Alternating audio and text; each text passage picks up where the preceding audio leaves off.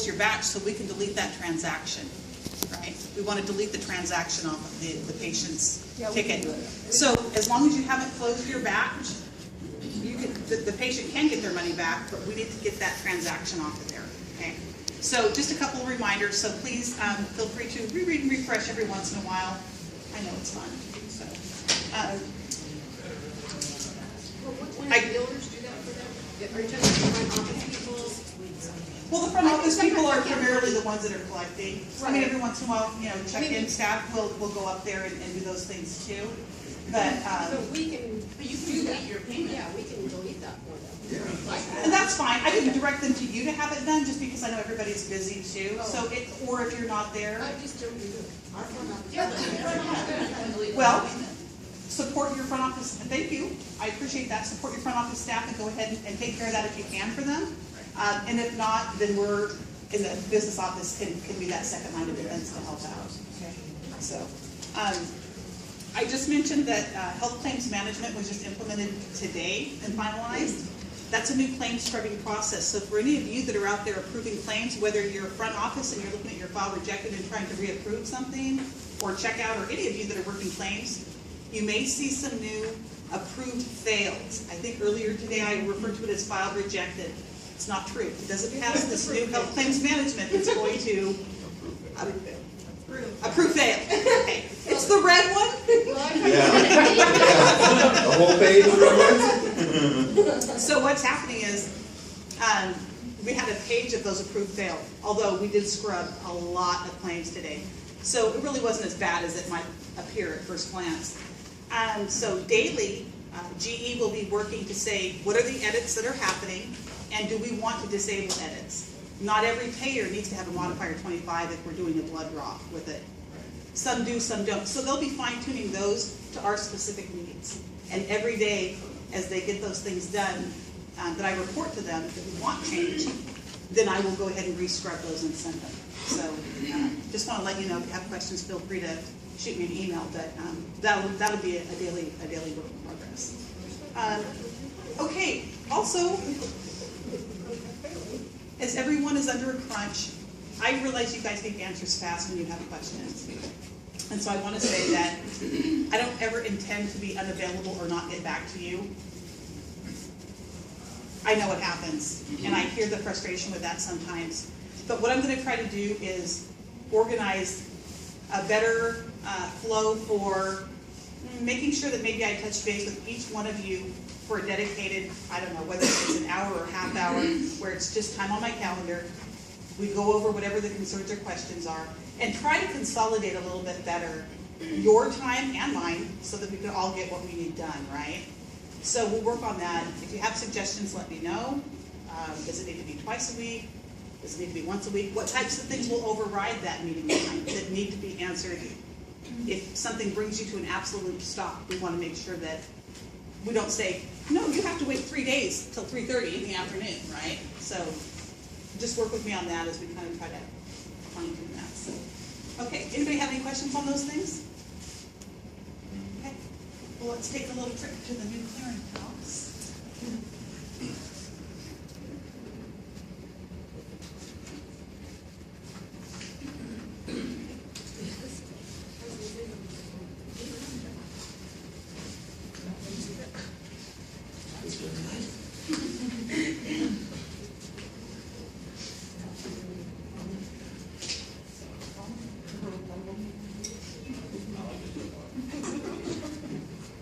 Sorry about that little thing today. Don't worry, she can do it.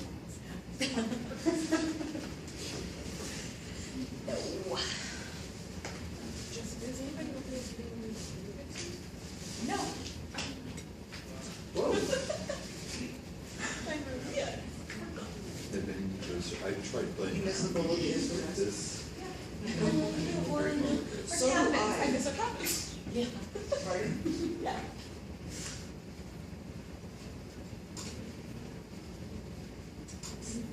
Oh, okay. Whew. That's a little bit scary. So this is what the new clearinghouse will look like. And so I think I got everybody logins. At least I got all the checkout people logins. And I really don't know, as we kind of roll this out, What other staff need to have access? Obviously payment posters, right? Pardon me. But if there are other staff or other key staff at your locations that might be going on here to help back up, check out people, maybe if they're out for a day or this or that, if you identify other people that could maybe benefit from having access to the clearinghouse, let me know. There may be something that I'm just not thinking of, or I don't understand about what's happening for you on a daily basis. You guys are the ones that are out there, so just let me know. Water Lake same day, we get rooms all the time. I'm sorry? Water Lake same day, Uh-huh. we use clearinghouse all the time, so we need it. You get into the clearinghouse all the time? You're talking about when you push the button? Yeah. Everybody uses that. This is an eligibility. Oh, okay. So, I thought we were talking about so there are 3 different products. There's a product which is Health Claims Manager, which is once we code a claim and send it out, it scrubs it for coding errors.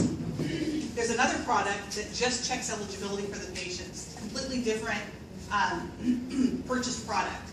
And then there's this product which we send the claims out to after the patients arrived and insurance has been verified and coded. I'm sorry. So that's fine. That's fine. So what this first page is telling us here is it's going to report to us the last 7 days of activity, right? So we have 307 claims pending, which means they've gone to the clearinghouse, but the payers haven't gone out to the payers yet, right? They're sitting there waiting to go out because the clearinghouse turns around their information 3 times a day. They'll send out and they'll receive back PRAs and different messages on the claim status. So then, the next time I go and send in claims, it'll pull in all those reports also. So it's just a constant exchange of information. So this is telling us we have 307 pending claims, 31 rejected claims, and this is telling us right here we have a less than 1% error rate. Okay, which is really good. You guys see that thing up there? That's very good. When we had our implementation and this maintained at 1%, our implementation specialist said we're the cream of the crop. So I just want to pass on. Thank you, everybody.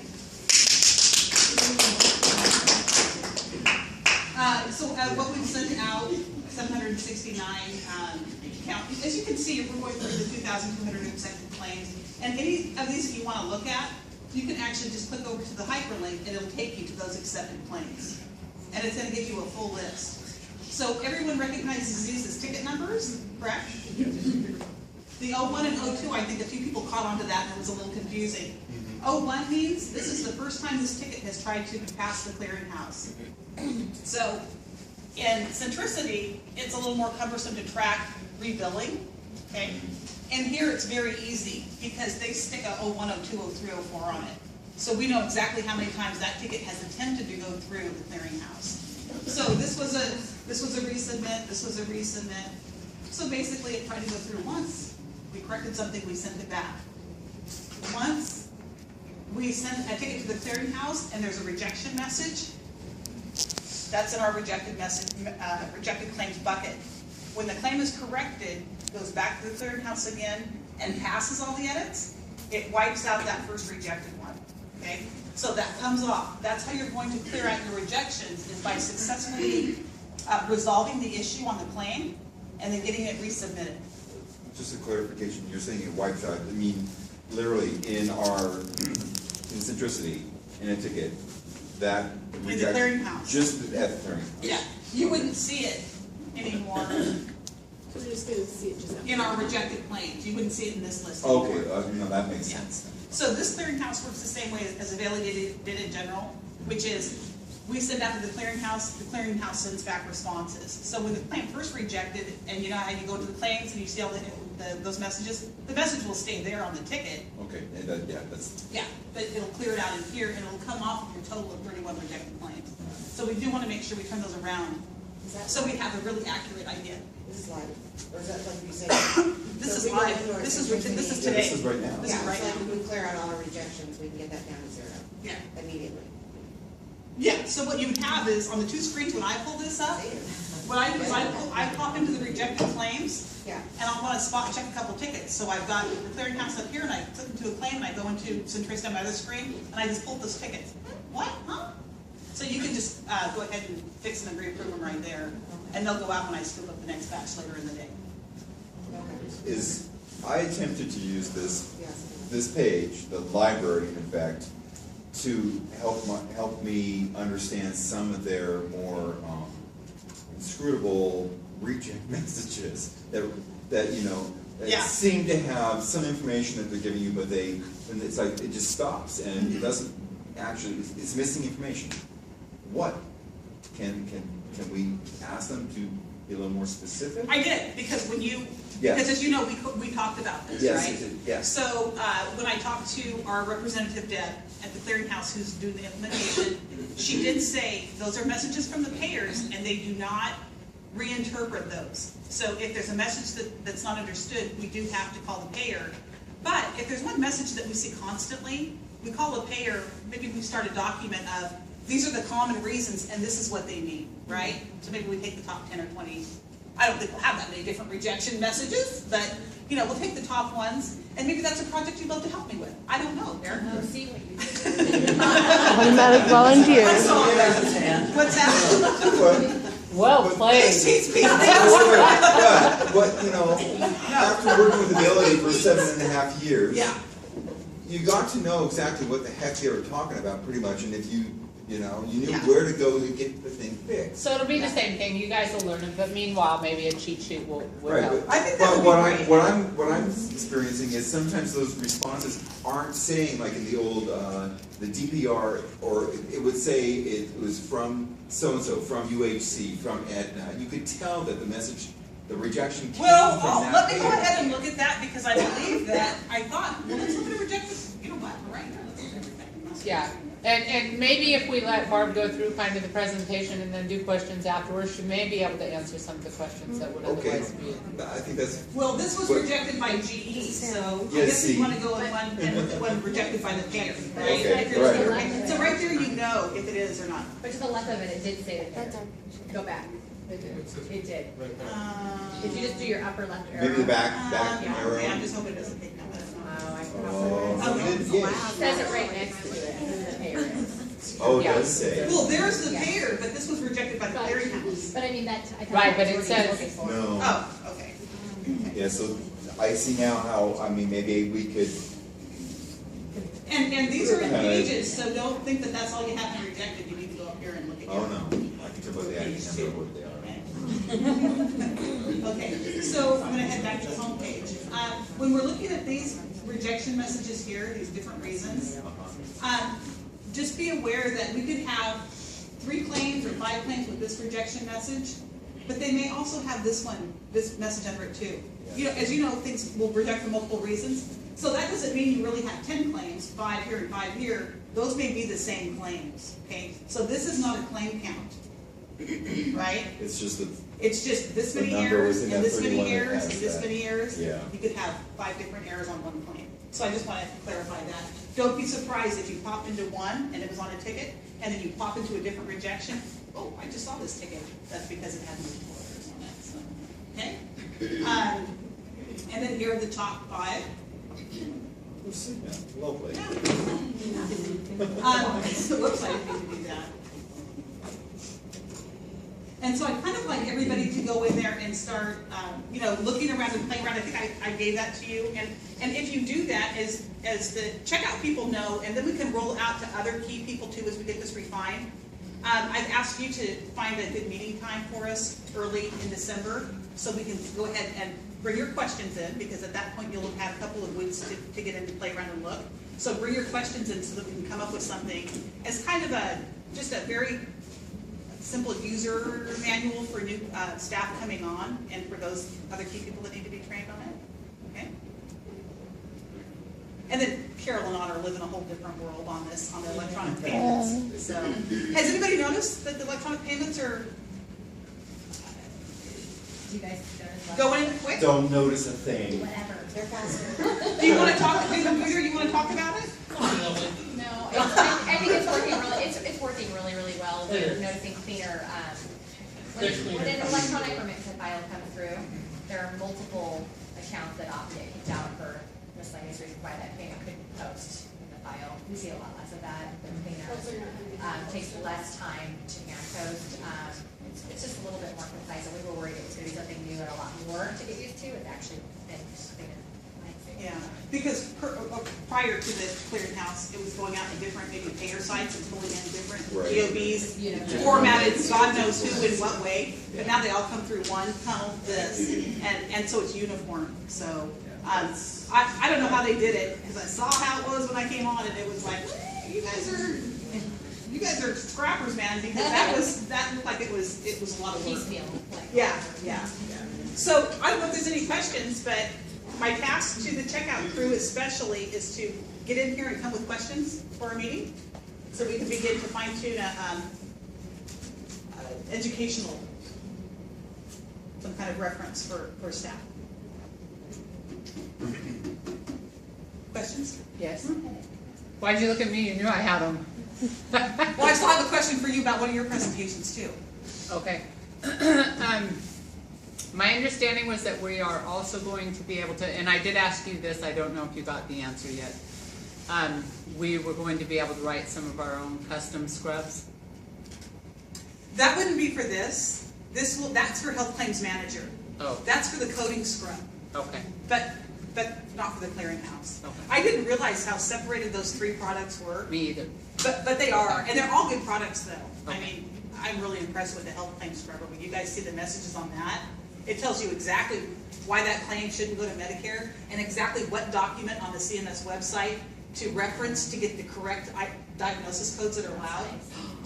It actually, when we were implementing it today, the gal said, see that error message? It says 190.13. Most people think that's a diagnosis code. No, that's the document on CMS you need to look at, and it'll tell you exactly what diagnosis codes are allowed. So what that does, what the scrubbing does is it just like now, you know, we have certain things through what used to be code correct or whatever, it does the scrubbing based on the codes. And what I'm looking forward to is being able to write some of those insurance carrier specific scrubs so that we don't send the claim out Without a modifier. and then end up with the delay of the return. But also like when we have new providers and we want to hold their claims submissions until we audit their charting, we should be able to, my understanding was, and what some of the other scrubs offer, as you know, we looked at Athena had the ability to stop those claims from going out until they've been audited and approved. Because it's new, a lot of times providers come in and if they're coming fresh out of residency, they had a day or two worth of coding training. I mean, kid you not, yeah. And so for us to hold those claims and audit those, so as a preventive type scrubbing before we send those claims out. So things are really getting better, way cleaner on the front end before they're even getting approved and going out. So this new coding, code correct is now what? It's gone, it got disabled today. Today? Today, And the business? today at about 2 o'clock, Oh, yeah. That's why I sent out that email that said nobody panic, because at about 2 o'clock, we had turned on the Health Claims Manager and run probably about $150,000 in waiting approved claims, just under $150,000. I had done earlier that day about $61,000 under code correct. So those, thank God, got out the door. But with the new one, all of a sudden we ran it and every new edit fired, and some of their edits are too tight right now. They want a 25 modifier on every office visit with every blood draw. Regents doesn't require it. Right. So that's where she'll turn it off for that payer ID, right?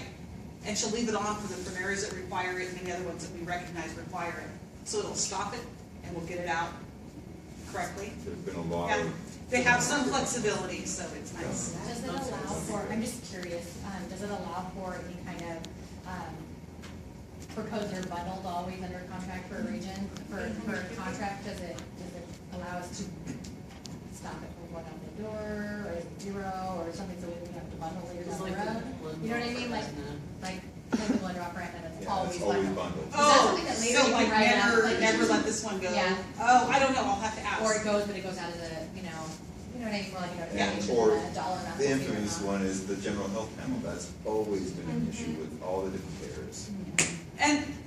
And you guys are the experts, so give me what I need for Health Claims Manager, because I have a follow-up call scheduled for, it'll either be Monday or Tuesday. There was some information she needed about something, so if you can have those things meet first thing Monday morning, I just keep a whiteboard and I write down everything that I want to talk to her about on that call. so it can't be forgotten. And that's what I did during this implementation, and that's what I'll do with the health plan manager too. So I'll need your phone number so I can text this stuff to you, so. Because I want to do this on the I want to do this. I'll give you paper. Yeah, I was gonna say, Dr. Aversa taught me this great tool, the speak tool in most of the Yeah, it's great. cell phones. Yeah. So when I'm driving and something triggers, I think he was trying to prevent me from texting and driving. He said, just speak it. And either it saves it, or you can send it as a text message. Well, Right, right. I don't think you'll forget for long, because you'll be working claims, and as we know, the same things come up over and over. Right. So you may forget it tonight or tomorrow. Yeah. But Monday when you're I working claims, it'll guarantee rear you, its ugly I will head. forget it tomorrow, and Sunday too. Barb, I have a question with what you said. So do we have a bunch of claims right now that are kind of on hold, not able to get out of the door because of the Very tighter few. edits? Very few. Okay. Most of those were cleared today. She fixed 3 different edits that were firing that we wanted disabled or adjusted, and then she asked me to go through the rest of them. And so there's less than a page. Okay. Yeah. Thank you.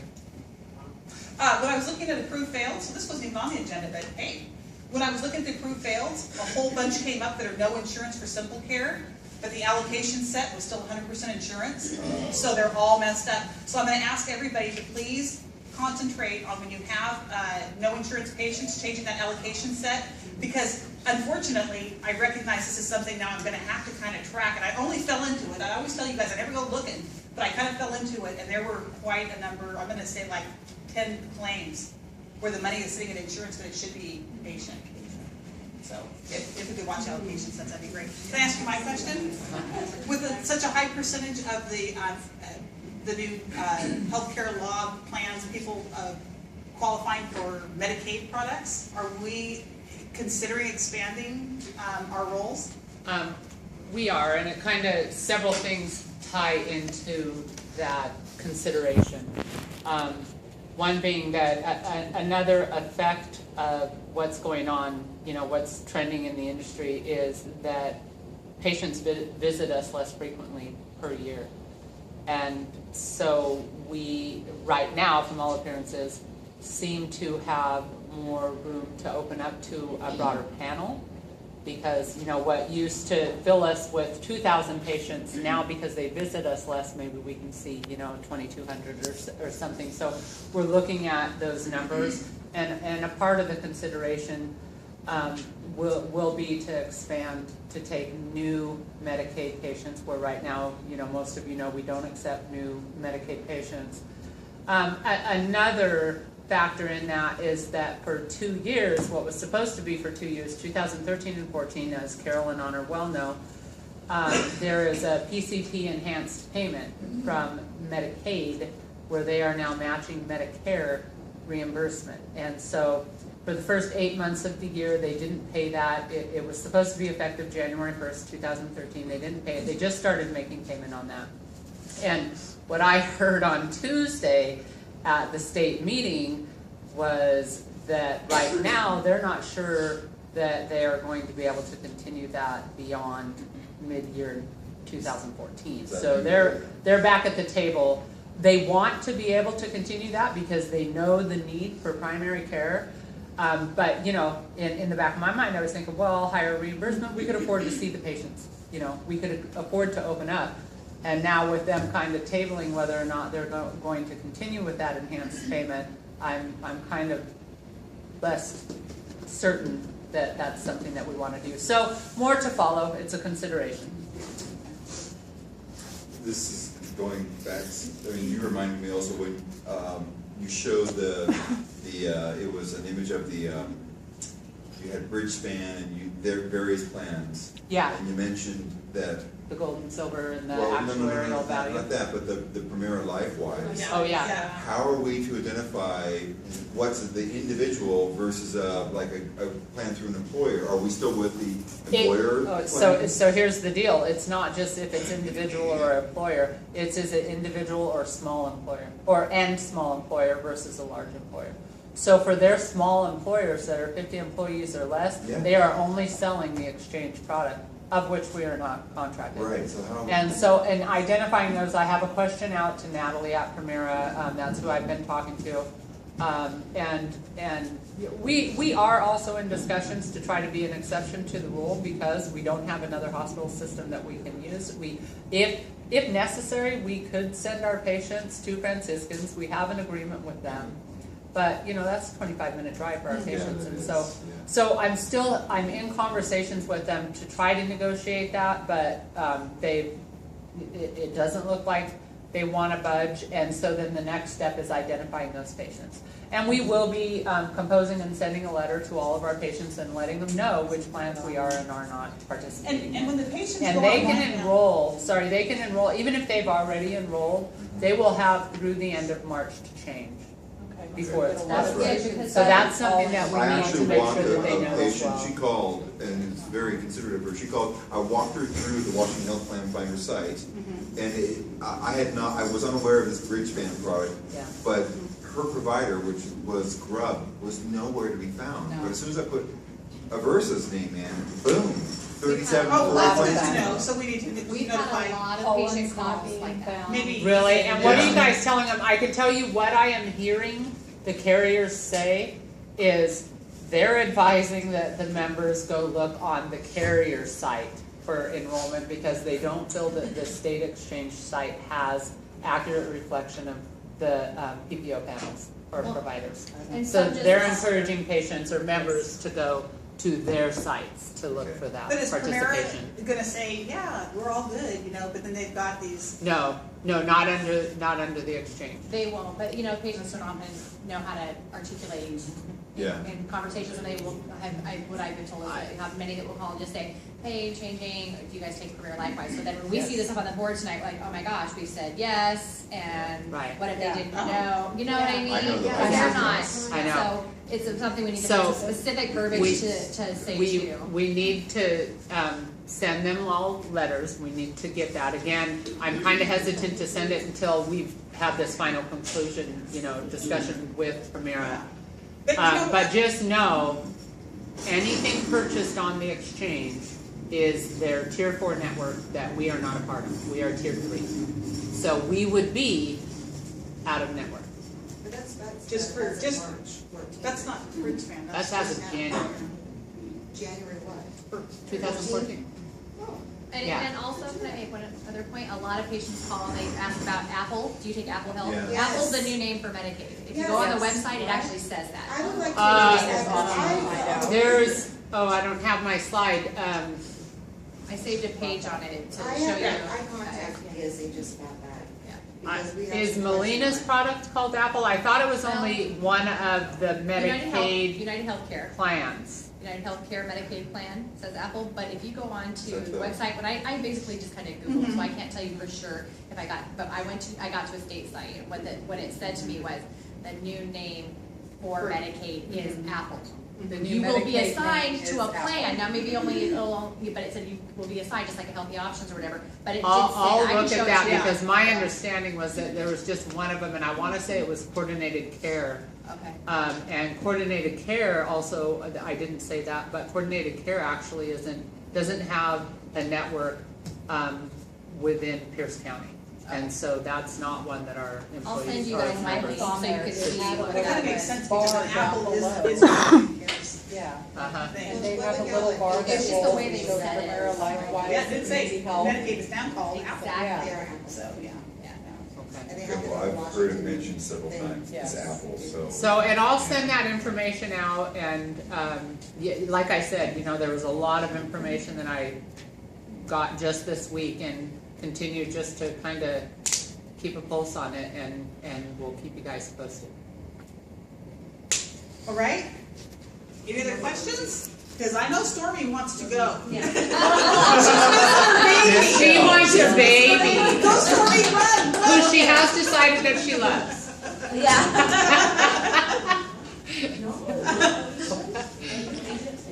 So, yeah. Clayton? It's not related to this, Okay, it's Winterfest stuff. okay. It's just, if anybody doesn't have